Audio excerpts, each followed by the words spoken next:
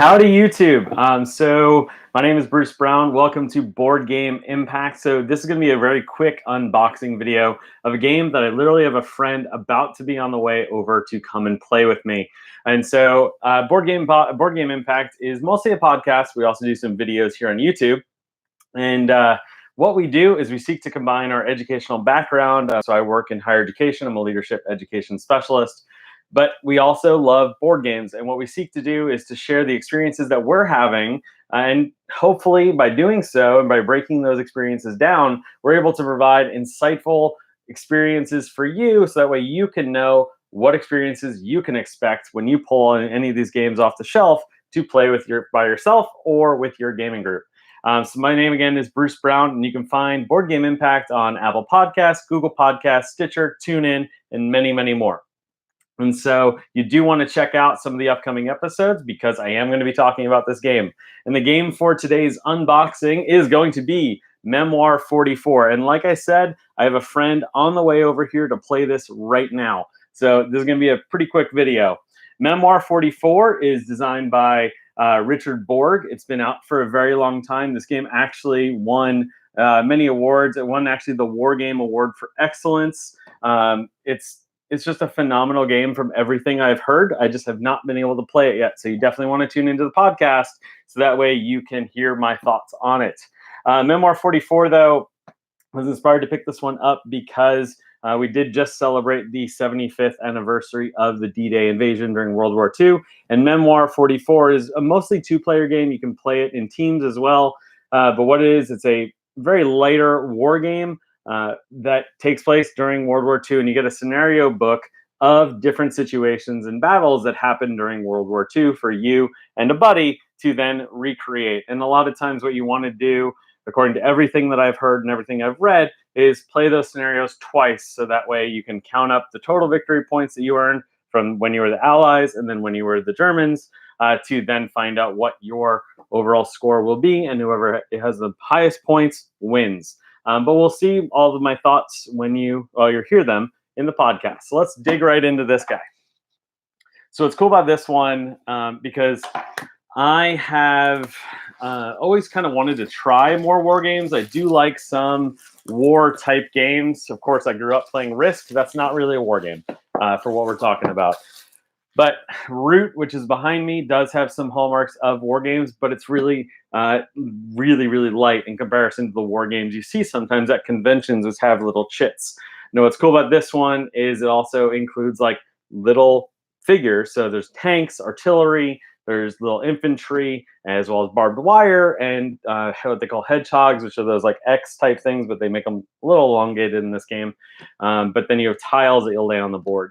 But instead of traditional war games, which typically have chits that have different numbers on them, you're using the actual little units. And so that is something from a table presence. I can't wait to see what's in here. So this is really, I haven't ever opened a box of this ever. And so this is my first reaction to what it's like and what you get inside Memoir 44. So let's dig on in. Okay. So inside the box, we have a booklet from Days of Wonder, who is the publisher of this game, which is publicizing their other games. We have a pretty thick rule book here, which does have the rules and scenarios, as well as on the back, you can log in the Days of Wonder online account. So that way you can, I guess, log plays, but you can also look up the community, because there's a lot of community support with this, where I have seen these maps.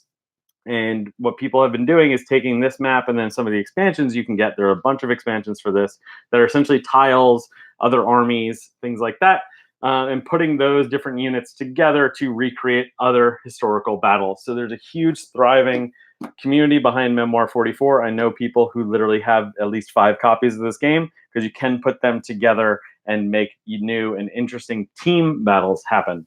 So inside the rule book, we've got the rule set, how all the movement works, how it works to battle with your infantry, with really nice pictures for everything, what the dice mean and what the die faces mean, how movement works for hills and towns and oceans and rivers and waterways. The most stereotypical image you ever see of this game is honestly a D-Day type scenario. where it does have the beach and the allies trying to land. And this is actually Sword Beach right here. And this is, if you do want to learn more about the rule set for this game, I recommend you go over and check out Rodney Smith uploaded a Watch It Played with a sponsored video by Days of Wonder. This is honestly just my copy of the game. I just bought it because it's something I wanted to experience. So let's see what else we got in here. I can already see we've got a pretty decent insert because it's the exact size of the board. And so the board, let's open this up. I love when companies actually do this, but it is a double-sided board. And so you have two different experiences. You've got the all green space, and then on the back side or top side, whichever one you want to consider it, it does have the beach scenario with then the forest as well. Okay, so in here, I was wondering about all of those, because you do have some tile overlays to represent like rivers and hills and towns. And I was wondering if I was going to have to punch out a lot of stuff with my friend on the way. And I'm going to tell you right now, that's not the case. And I'm very excited because the pieces are already punched out. Thank you, thank you, thank you, Days of Wonder. As well as all sorts of little tokens to represent different things in different scenarios, as well as control points. And then we've got these two stacks of pre-punched double-sided hexes, which are the size of the hexes already on the game board. So I essentially just need to take off this plastic and I'm good to go for when my friend comes over here in a minute. This is phenomenal. Thank you, Days of Wonder.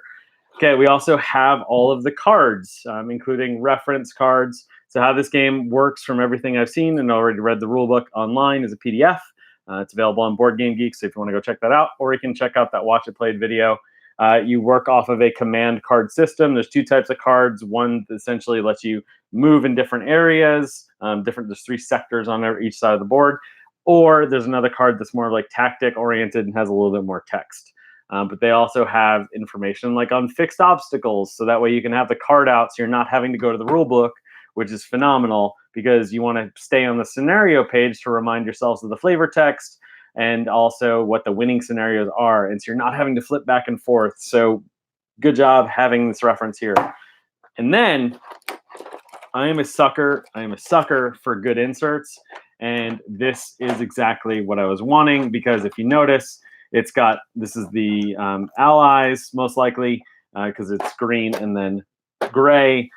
So we've got all the tanks in their own individual tray. This thing does lift apart. There's tape holding it together with the infantrymen all here on the bottom, and then also the artillery in their own nice little slotted spots, which is really, really cool.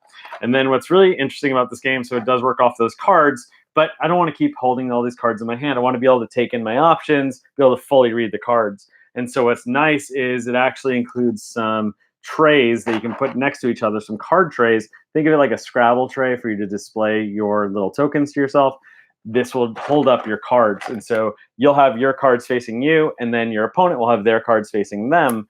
And it just also increases that table presence. And so again, you do have two sets of these. So these are the other ones. And then if you look really closely in here, you'll also see that there are like sandbag bunkers. This is the bottom of a barbed wire set, and then the other resources are in there as well. The last thing in this box are the custom dice. And so on these dice, let's pull one out because I know how it works is each player has 4 dice to themselves, but they're exactly the same. So on this, we do have so the infantry on 2 sides. You roll these dice, and for each symbol of that one showing, if you're attacking the infantry, you would remove an infantry from the hex you're attacking. We do have 1 tank, so it's harder to hit a tank. That makes sense. Well, you can hit a tank, but is it going to be a good hit? And so that's what that represents. We do have a grenade, which is the symbol for being able to hit anything. So if you roll a grenade while you're trying to attack the tank, you're going to be good to go. And then a star, which there are things in the scenarios 4 stars, according to what I've seen online. And then the retreat symbol. So if you roll a retreat symbol, you are not retreating. You're having the other unit retreat. So that's really, really cool. So that is everything I've got in the Days of Wonder Memoir 44 game. Like I said, I'm about to have a friend arrive at the house, so I've got to get going to go check that out. My name again is Bruce Brown, and you can find me on Board Game Impact. So we do have a Facebook page, Instagram, but also do go check out the podcast where we release at least 2 episodes a month, and that's with my buddy Josh. And so we'll be putting an episode out soon where I'll also be talking about Memoir 44. So do come out and check that out. But in closing, Days of Wonder, you knocked it out of the park with the presentation of this game in terms of being able to have this unboxing. Really good job on the inserts. Thank you for not making me punch these double-sided things out and giving me the exact size storage solution, as well as the same thing for me to be able to just take these armies out, give it to my buddy, say, let's set up this map and let's go. Anything that helps get a game to the table faster, especially when it's a war game, is going to be a win in my book. So Days of Wonder, great job. For those of you interested about Memoir 44, check out the podcast where I'll talk about my thoughts about the game, as well as we talk about many other games. But my name again is Bruce Brown, and I hope you go out and have a positive impact on the world. Thanks.